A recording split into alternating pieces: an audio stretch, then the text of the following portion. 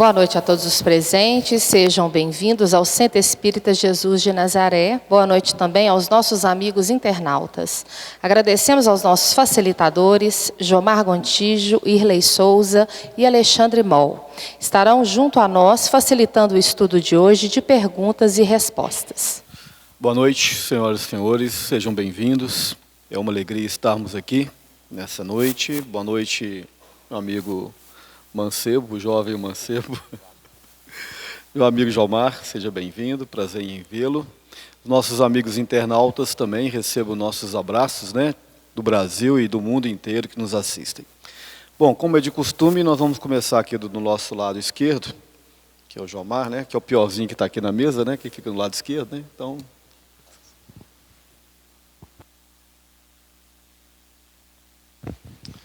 boa noite. Uma alegria novamente estar aqui nesse ambiente espiritualmente protegido, lembrando que no momento que a gente entra aqui, a gente já começa a receber essas emanações diferentes do mundo lá fora. Pelo simples fato da gente entrar aqui, a gente já entra com o espírito de querer aprender, de querer crescer, de alcançar um pouco mais da nossa intimidade, daquilo que somos em verdade, espíritos. Então só isso abre para a nossa consciência, em nossa consciência, uma abertura para que a gente receba as inspirações. Então com certeza cada um de nós agora tem espíritos que estão tentando nos intuir, tentando nos ajudar, aqueles que precisam receber energias renovadoras, curadoras, também vão recebendo. Muita gente acha que só recebe as energias lá no passe individual, mas aqui cada um de nós já está também recebendo o passe pela própria vibração aqui do local. É importante também, veja que hoje tem menos gente aqui, vocês podem fazer as perguntas, que hoje é uma grande chance da gente conseguir responder as perguntas de vocês aí, nas suas dúvidas. E a pergunta que eu tenho aqui, ela é muito interessante, porque muita gente é espírita e talvez não saiba de onde que vem isso. Por que que o espiritismo é chamado Consolador Prometido? A resposta disso está lá no Evangelho de João. No final do Evangelho do João, é emocionante. É o momento que Jesus reúne os discípulos, os apóstolos, e vai fazer a despedida dele, naquele evento que ficou conhecido como a última ceia. Então Jesus ali, ele faz o fechamento da sua missão na terra. Ele já tinha consciência do que estava por vir, ele já sabia ali no espírito superior que ele era, ele já sabia o que aconteceria, então ele vai fazer o fechamento. Então ele ensina a questão da humildade, novamente, como um dos fundamentos da filosofia dele. Ele ensina a questão do servir ao próximo, da caridade. E começa, inclusive, os discípulos, os apóstolos, quando começam a compreender que aquilo é uma despedida, eles começam a ficar tristes. E aí que Jesus fala assim, não turbeis vosso coração. Eu vou primeiro, mas hei de vos guardar um lugar. Na casa do Pai há muitas moradas. Então é a fala de Jesus prometendo isso, nos guardar um lugar, e nesse momento. E ele fala mais, ele fala assim, rogarei ao Pai que vos mande outro Consolador, que vos relembrará tudo o que eu vos tenho dito e ensinará ainda mais coisas. E fala que o mundo não o conhece, mas vocês conhecem. Então, Jesus, naquele momento, ele faz uma revelação do Espiritismo que viria quase 2 milênios depois. Dá inclusive as características, porque o Espiritismo relembra tudo que Jesus fala. O Espiritismo, ou seja, a doutrina que os Espíritos trouxeram para nós, os ensinamentos, a filosofia, relembra o Evangelho na origem, porque muitos Espíritos estavam lá com Jesus. Por exemplo, quando você percebe uma Joana de Ângeles explicando o Evangelho, ela estava lá. O Emmanuel participou de lá, quando você lê as obras. Então, o próprio Evangelho segundo o Espiritismo, Kardec, com a ajuda dos Espíritos, ressuscita, né? Aí cabe ressuscita a verdadeira origem dos conhecimentos cristãos, que haviam se perdido ao longo de 2000 anos. Né? Aquele conhecimento lá, sem a chave do Espiritismo, se tornava muito difícil de entender. Então, o Espiritismo relembra tudo e ensina mais coisa. Porque ao longo de 2000 anos, por exemplo, a humanidade criou a ciência. Né? A ciência como um método de investigação da natureza, do real, dos fenômenos, que na época de Cristo não existia. Então o Espiritismo, através da ciência, vai ensinar muito mais coisas que Jesus, naquela época, não tinha condição de ensinar. E fala que o mundo não pode ver, mas que os apóstolos conheciam, ou seja, o próprio Jesus. Jesus foi quem orientou a vinda do Espiritismo no mundo. Então, essa promessa que Jesus faz lá, ela é plenamente atendida pela doutrina espírita. Ainda mais com o título de Consolador. Olha como é que Jesus era sábio. Jesus era um consolador. Quando ele falava assim, a minha doutrina é suave, meu fardo é leve, porque a doutrina dele era de amor e de perdão. Ao contrário da doutrina de Moisés, que vinha antes dele, que era uma doutrina de um Deus vingativo, de um Deus que punia, de um Deus Senhor dos exércitos, enquanto o Deus de Jesus era um Deus Pai, um Deus amoroso, né? Jesus falava assim, quem lembra, no Evangelho, vós que sois maus, ele fala desse jeito, né? Vós que sois maus, se um filho pede um pão, né, ou um peixe, quem vai dar uma serpente?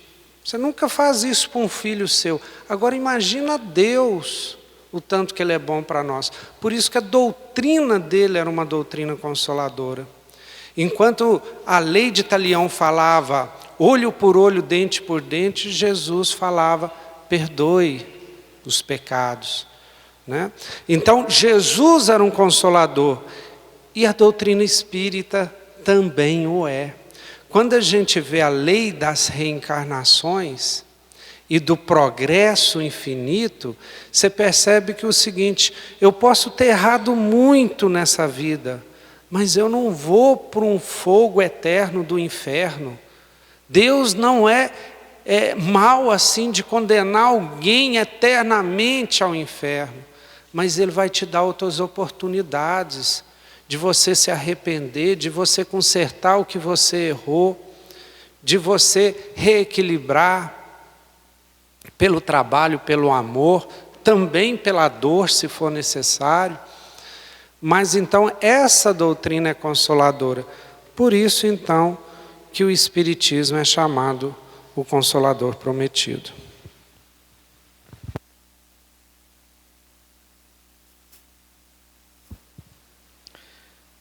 O Espiritismo tem uma Bíblia? Não tem uma Bíblia, né? A Bíblia, como nós a conhecemos, ela tem origem histórica, né? O Antigo Testamento, ele é uma síntese do judaísmo. O Novo Testamento é uma síntese do cristianismo. Lembrando que o judaísmo e o cristianismo, eles estão interligados, né? Eles não são antagônicos, muito pelo contrário. Tanto que Jesus, certa vez, quando ele foi questionado sobre se a postura dele era em desacordo com as leis dos profetas, ele disse: não, eu não vim destruir as leis, mas vim fazer cumpri-las. Não é isso, Mateus? Então, por que ele disse isso? Porque os homens, com o passar do tempo, foram dogmatizando e desvirtuando os ensinamentos dos antigos profetas judaicos. Então, Jesus veio meio que para colocar as coisas nos seus devidos lugares. Eu não vim destruir a lei, pelo contrário, vim fazer cumpri-las. Qual lei? A lei de Deus que foi revelada pelos antigos profetas. Então, o judaísmo tem, o Antigo Testamento é a síntese do judaísmo. E o cristianismo? O cristianismo, ele está estruturado, ele nasceu a partir do judaísmo. Ele nasceu a partir da plataforma do judaísmo, tanto que Jesus era judeu. E os preceitos originais do judaísmo são conservados no cristianismo. Só que Jesus veio recolocar as coisas nos seus devidos lugares. Então ele veio desmistificar, ele veio desdogmatizar os ensinamentos dos antigos profetas. Então o Novo Testamento é a síntese dos ensinamentos de Jesus que estão, como eu já disse, interligados em cima do judaísmo.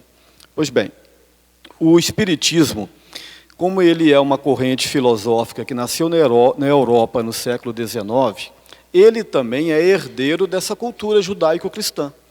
Não teria como ser diferente. Todos nós aqui somos herdeiros, do ponto de vista religioso, da cultura judaico-cristã. Por quê? Somos brasileiros, colonizados pelos europeus, que trouxeram lá, os portugueses trouxeram a influência do Império Romano, porque foram colonizados pelo Império Romano. O Império Romano, com a queda de Roma, ele traz o cristianismo, né, e difunde o cristianismo a partir de Constantino.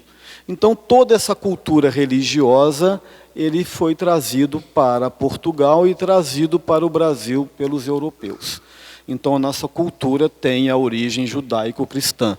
E o Espiritismo, como está inserido dentro de um tempo, né, dentro de uma influência de cultura e comportamental, não poderia ser diferente. Então, nós temos também as nossas raízes culturais e religiosas fundado também no cristianismo. Só que o Espiritismo, ele vem aquilo que o Jomar colocou, né? Ele encaixa também dentro dessa proposta do Consolador, apesar que eu, particularmente, eu não vejo que o Consolador seja exclusivamente o Espiritismo, mas toda a filosofia e conhecimento que faz o homem crescer espiritualmente, e obviamente que o Espiritismo tem esse propósito, assim como também outras correntes de pensamento. Pois bem, mas o cristianismo, o Espiritismo vem fazer mais ou menos o que Jesus fez no seu tempo. Ele não vem destruir a lei, nem dos antigos profetas, nem de Jesus, mas veio exatamente recolocar as coisas nos seus devidos lugares. Ou seja, veio desmistificar, desdogmatizar o cristianismo, que com o passar do tempo foi sim tomando posturas ritualísticas, formalísticas, e foi desvirtuando do seu princípio original. Aí começou a vender lote no céu, vender indulgência, né? Pagar para fazer missa, encomendar uma alma. Isso está fora dos conceitos originais de Jesus.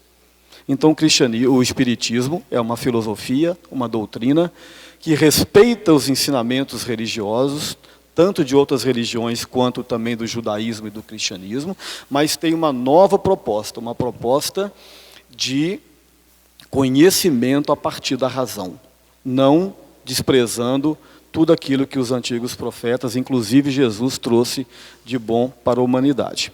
Bom, o Espiritismo, ele tem como ponto básico, como pedra angular, as obras básicas de Allan Kardec, que não são para nós, não é uma Bíblia e não são obras sagradas. São obras de grande respeito, né? Mas que são obras que têm uma função muito mais pedagógica do que uma função de religiosa. Então, nós temos as 5 obras básicas, que são o Livro dos Espíritos, o Evangelho segundo o Espiritismo, o Livro dos Médiuns, a Gênese e o Céu e o Inferno. Esses 5 livros é o que nós chamamos das obras, o Pentateuco kardeciano. São as obras básicas do Espiritismo. A partir delas, surgem outras obras que nós chamamos de obras complementares, que foram trazidas por Allan Kardec e também por outros pensadores, como Leon Denis, Camille Flammarion, Gabriel Delane e tantos outros que vieram trazer mais subsídios, mais complementos ao pensamento espírita. Então, essas obras básicas, elas são o norte dentro das casas espíritas. Nós estudamos essas obras, mas o nosso estudo é baseado dentro de uma dialética, ou seja, tese, antítese e uma síntese. Ou seja, nós estudamos discutindo, debatendo, para chegar num ponto de consenso, ou não. Então, as obras espíritas, elas não estão prontas, elas estão aí para ser debatidas, para ser discutidas e até contestadas. Se a pessoa quiser contestar, é um direito que lhe cabe. Então, é isso que eu teria a dizer a respeito.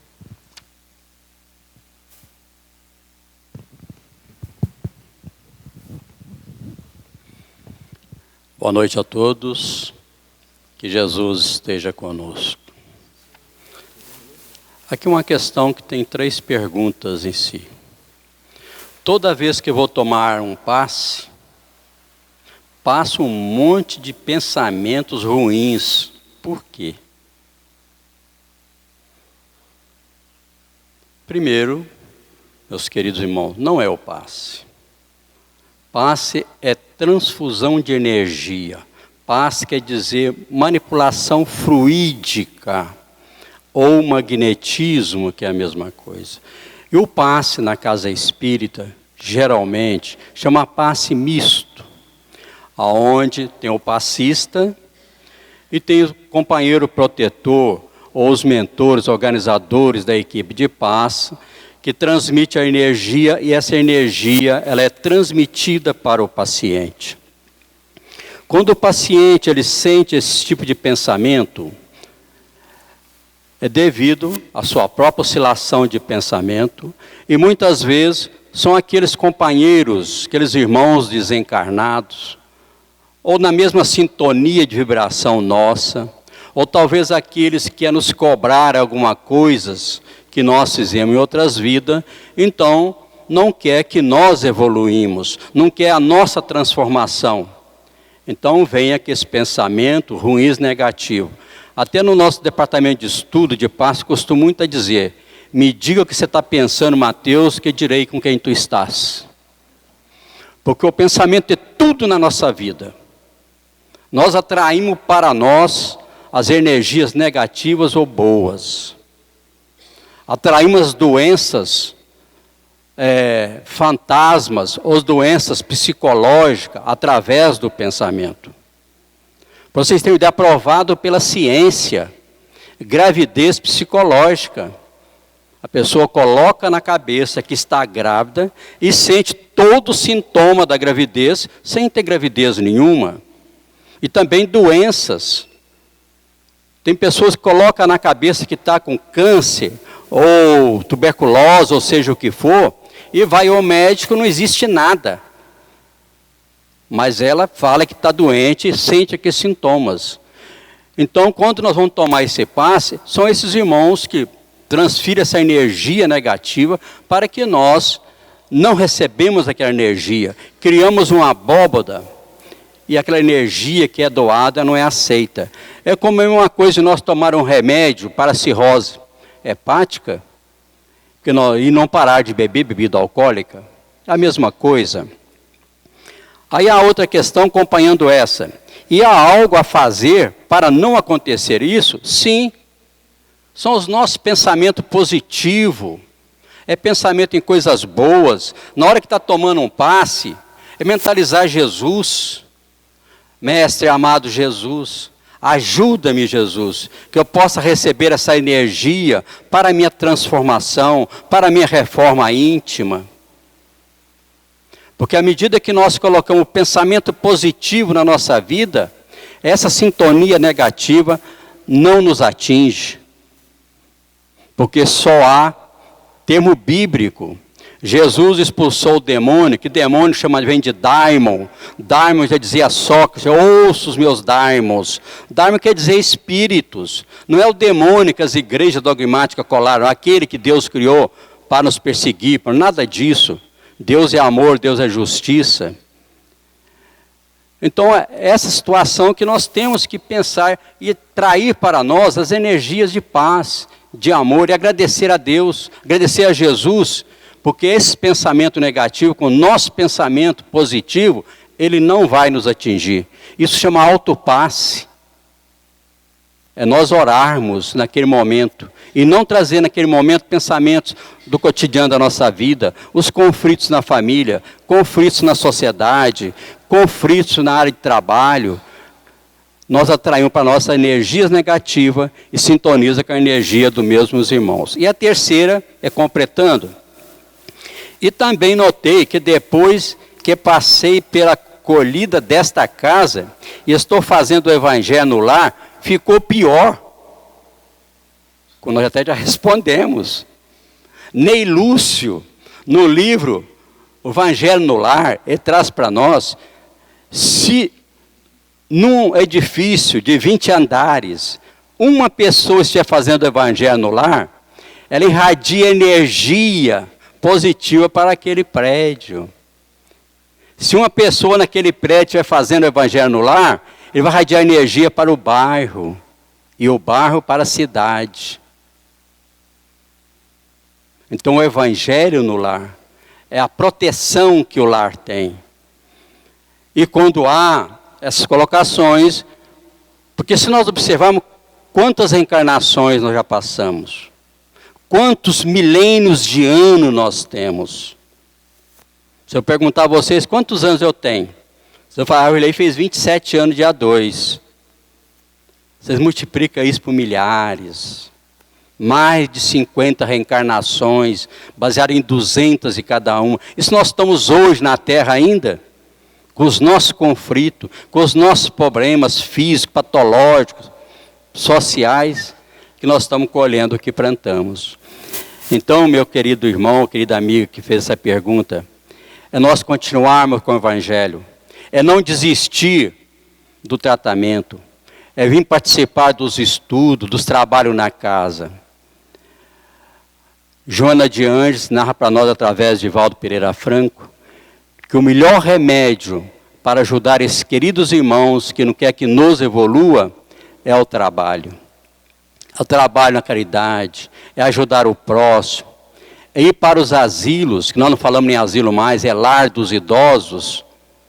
Enquanto nós estamos lá ajudando aqueles idosos, aquelas pessoas necessitadas ou dependentes, e esses irmãos que não querem a nossa evolução, tem dois caminhos. Ou ele vai embora, vai procurar outro do mesmo nível vibratório, ou então vai evoluir com a gente.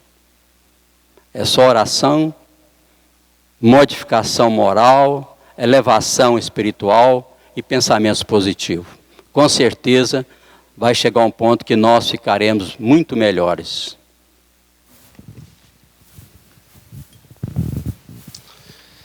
Sempre tenho dúvidas sobre a evolução do espírito. Como funciona a evolução, no sentido mais primário de todos? Já fomos espíritos encarnados em cachorros, por exemplo? Dúvida muito interessante que eu acredito que muita gente já tenha tido. A questão da evolução, principalmente mais primária, quanto mais a gente anda para trás, mais complexa ela fica. Ao ponto de lá na origem dos espíritos, os espíritos mais evoluídos que já tiveram contato com a gente, silenciarem. A ponto de um Emmanuel falar que espíritos no meu estágio de evolução não conhecem isso, né? Os próprios espíritos que responderam a Allan Kardec também não esclareceram a esse respeito. No entanto, a segunda pergunta aqui é negativa. Já fomos encarnados, por exemplo, em cães, ou em gatos, ou em qualquer mamíferos superiores? Não. A nossa reencarnação humana, ela segue um ciclo muito mais longo. Se os princípios inteligentes que hoje habitam os mamíferos superiores, um dia vai chegar no nível da humanidade, sim. Não sei quantos milhões de anos são isso. Agora, o nosso nível de que estávamos assim é muito para trás. É milhões de anos para trás. Então, não faz sentido a gente falar que reencarnou num desses animais que estão com a gente aqui. Provavelmente, os animais e outra coisa, a gente não pode falar que foi. É tipo assim, nós somos a partir do momento da construção da individualidade. Porque houve um momento na nossa história que nós nos tornamos espíritos. Antes da construção da individualidade, eram princípios inteligentes. Só uma analogia seria assim, todo mundo passou pelo primeiro ano da primeira série, lá do ensino básico, não passou? Nós passamos por lá, quem foi na escola. No entanto, eu não posso falar assim, eu fui o primeiro ano. Porque eu não fui, eu estagiei lá, eu passei por lá. Então nós passamos lá por princípios inteligentes. Mas nós só somos espíritos, eu só sou o que eu entendo hoje por mim mesmo, nessa reencarnação como Jomar, a partir do momento que eu construí minha individualidade. E isso há uma história que no momento que eu adquiri o pensamento contínuo, é que eu me tornei aquilo que eu sou hoje. Antes, eu existia, mas não era eu. Estão entendendo? É complexo a gente analisar isso, mas não faz sentido, antes da construção da nossa individualidade, que eu existia sim, mas eu não era eu, digamos assim. Eu fazia parte de alguma coisa.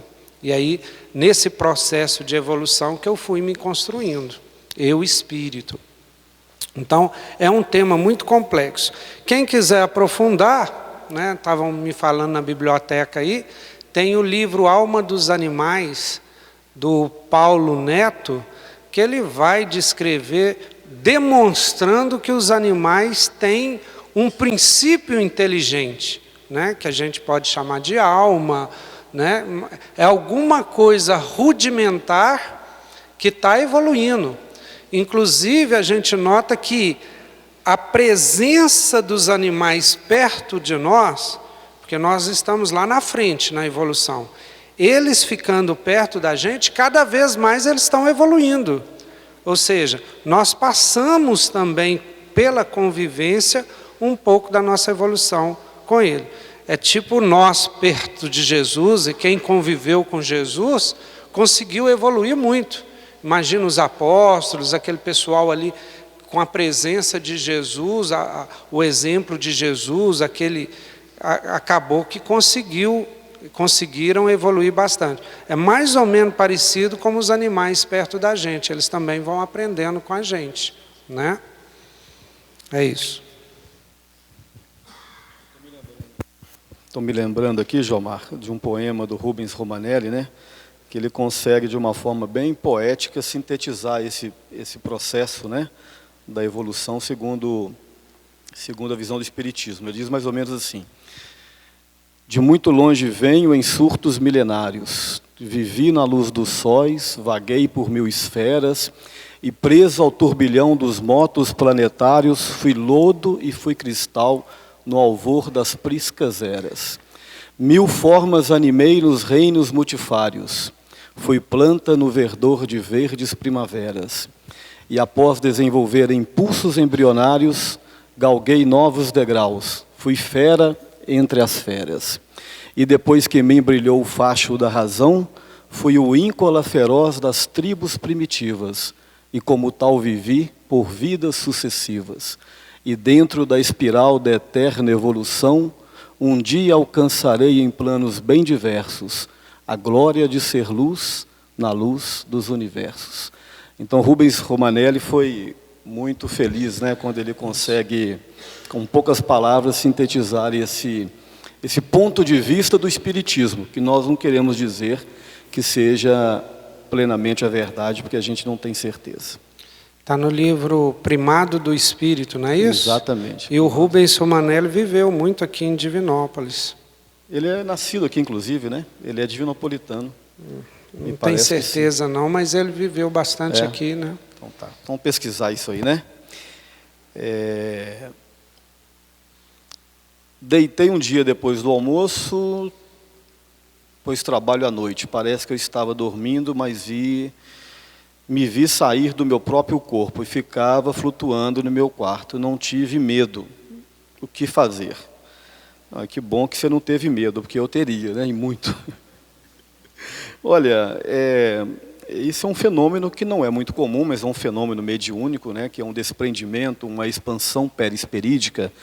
Nós temos, segundo a nossa filosofia, nós temos um corpo espiritual que está acoplado ao nosso corpo físico, e em alguns momentos esse corpo se desprende. Isso é mais comum no momento que a gente está dormindo, né?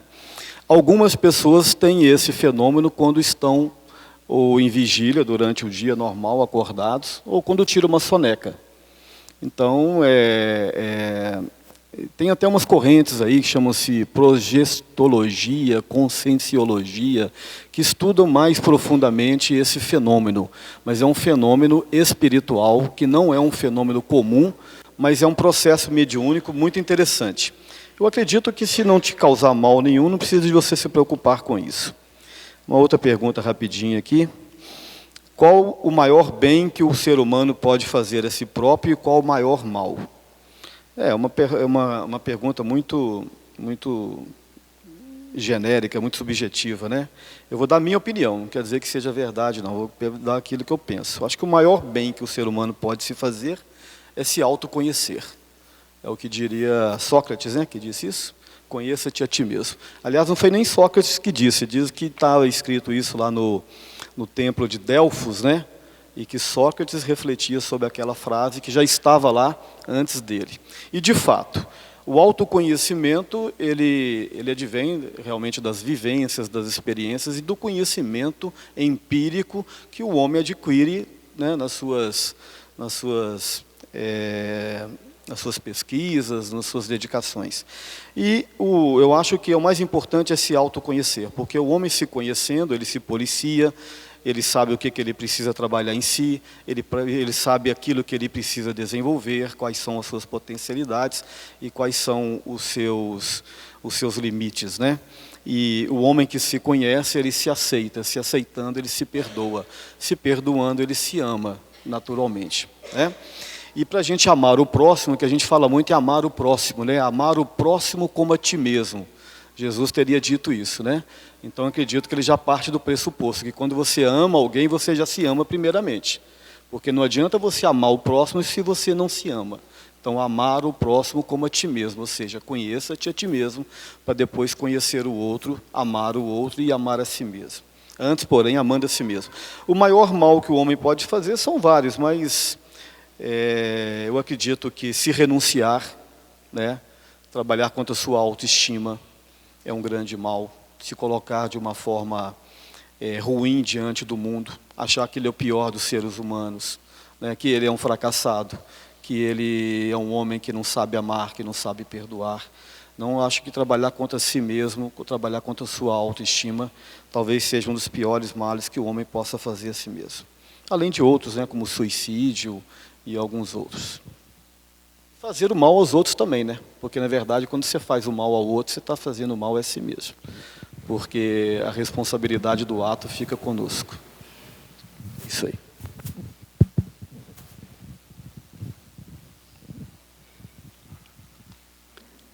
Essa pergunta que nós vamos fazer, ela é muito complexa. Vamos falar o que nós pensamos no momento a respeito. O que o Espiritismo pode falar do atual momento que atravessa o Brasil?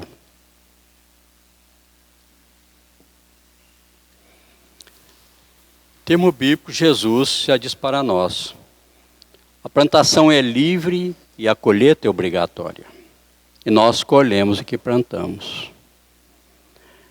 Então a responsabilidade, tudo que acontece, é responsabilidade nossa, porque nós estamos colhendo aquilo que nós mesmos plantamos. Dr. Bezerra de Menezes, através de Valdo Pereira Franco, a esse respeito, traz uma mensagem pedindo a nós, ele diz nós é espírita, como espíritas somos, estamos espíritas, para nós orarmos.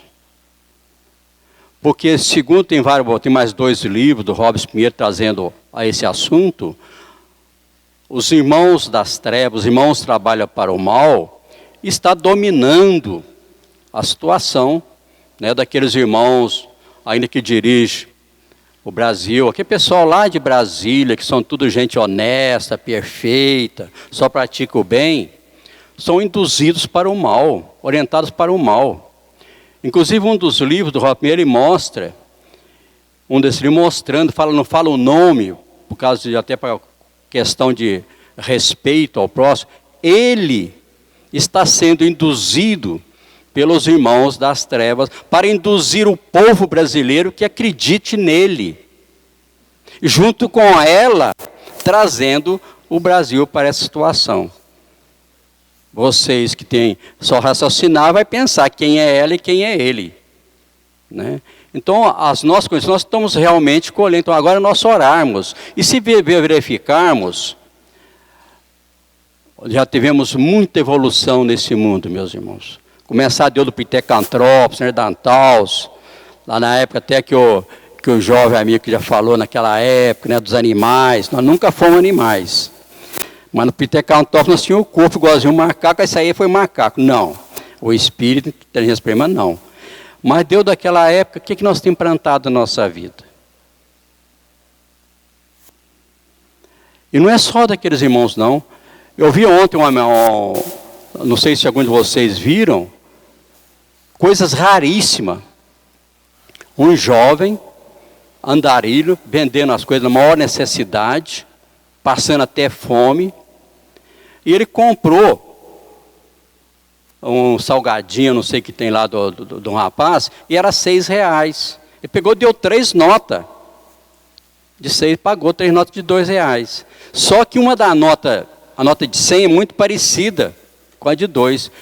E ele aí ia embora e viu o cara gritando, ô senhor, ô senhor. Aí ele olhou para trás, o senhor deu o dinheiro errado? O que foi? Dei certo. Não senhor, o senhor me deu uma nota de 100. Achando que era 2. Coisa raríssima hoje. Aquele necessitado, sem aonde morar, vendendo as coisinhas na rua para ganhar seu dinheiro, devolveu os R$100. Estava até na Fátima Bernardi ontem na televisão. Então, observa-se, nós podemos observar.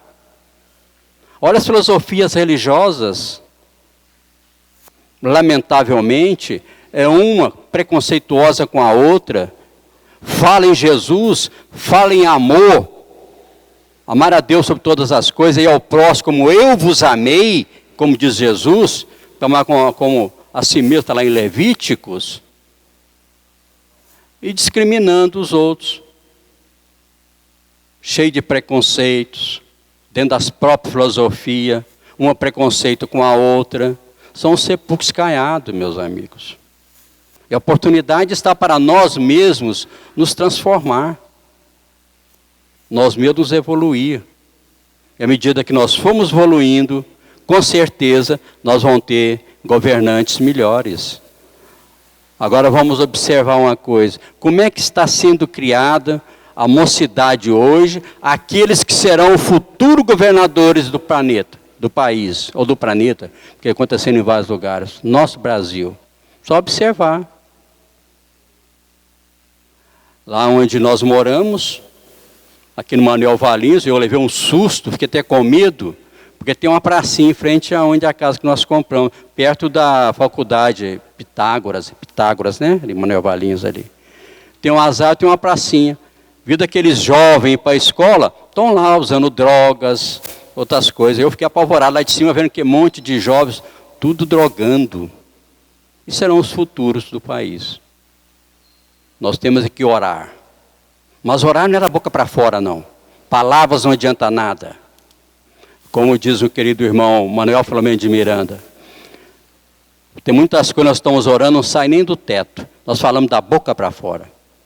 Nós temos que orar, mas com sentimento, com coração, para trazer para nós as energias positivas, combatendo as energias negativas. Vocês têm uma ideia, existe ainda lá, querendo aprovar a lei do ventre livre no Brasil. A lei do ventre livre é a lei do aborto. Tem várias pessoas querendo que aprova. E um desses líderes, organizadores do mundo espiritual, para intuir aqueles companheiros de Brasília para aprovação, o líder é Caifás. E vocês sabem quem foi Caifás.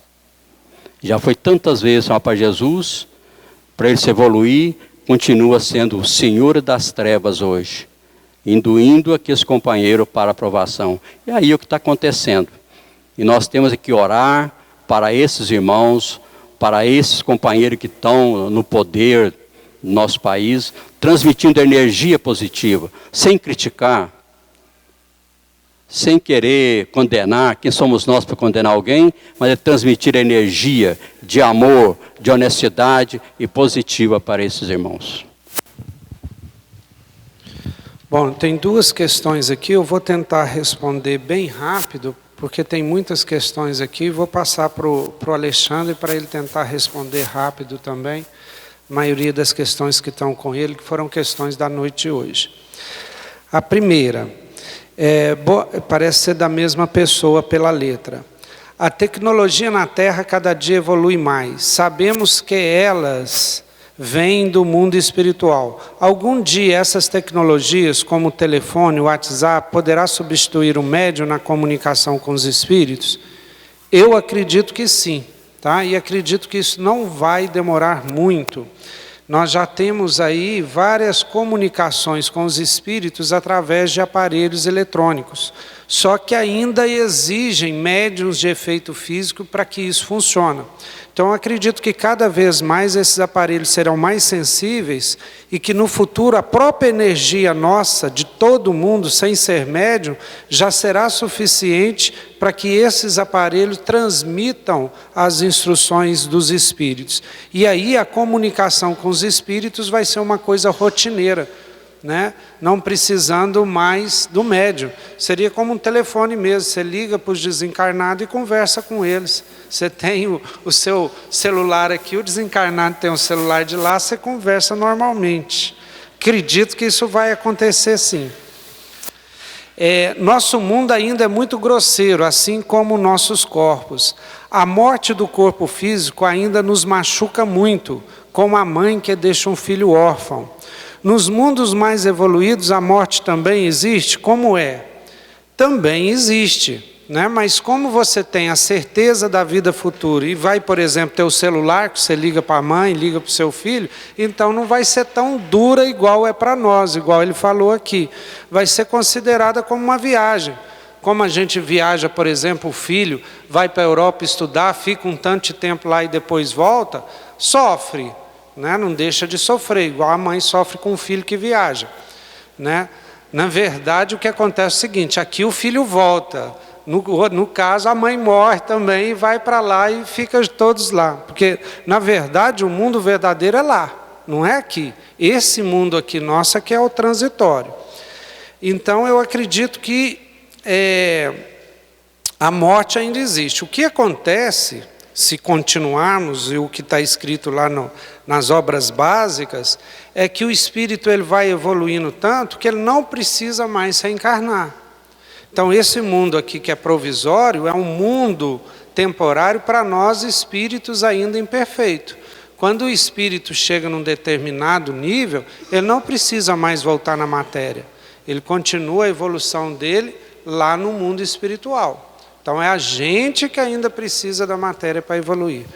Alexandre, você tem aí uns 3 minutos, você tentar responder o máximo possível. Tá bom, nós temos 3 perguntas restantes aqui. Uma delas diz assim, se no Espiritismo se destaca as vidas passadas e a presente, o que se explica no livro de Apocalipse de João, as visões de previsão sobre o futuro? O Espiritismo chama isso de médios de premonições, né? Então isso também está dentro da teoria espírita.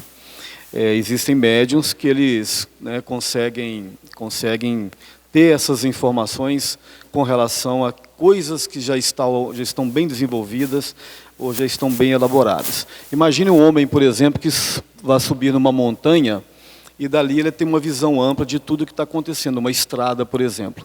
Se ele está lá embaixo, ele não sabe o que tem depois da curva. Em cima da montanha, ele já sabe o que tem, né? Então, esse fenômeno também é um fenômeno mediúnico que não é tão incomum como nós pensamos. Gostaria de saber sobre o sono do bebê, pois estou observando que meu bebê de 6 meses mexe muito durante o sono. Resmunga, chora, grita e essas atitudes dele estão frequentes. Estou ficando preocupada. Eu acho que não tem motivo para você se preocupar, é o que o Jomar me disse aqui, né, Jomar? Que nessa fase infantil a criança está muito mais ligada ainda ao plano espiritual do que ao plano físico. André Luiz até sugere que esse período dura mais ou menos 7 anos. Né?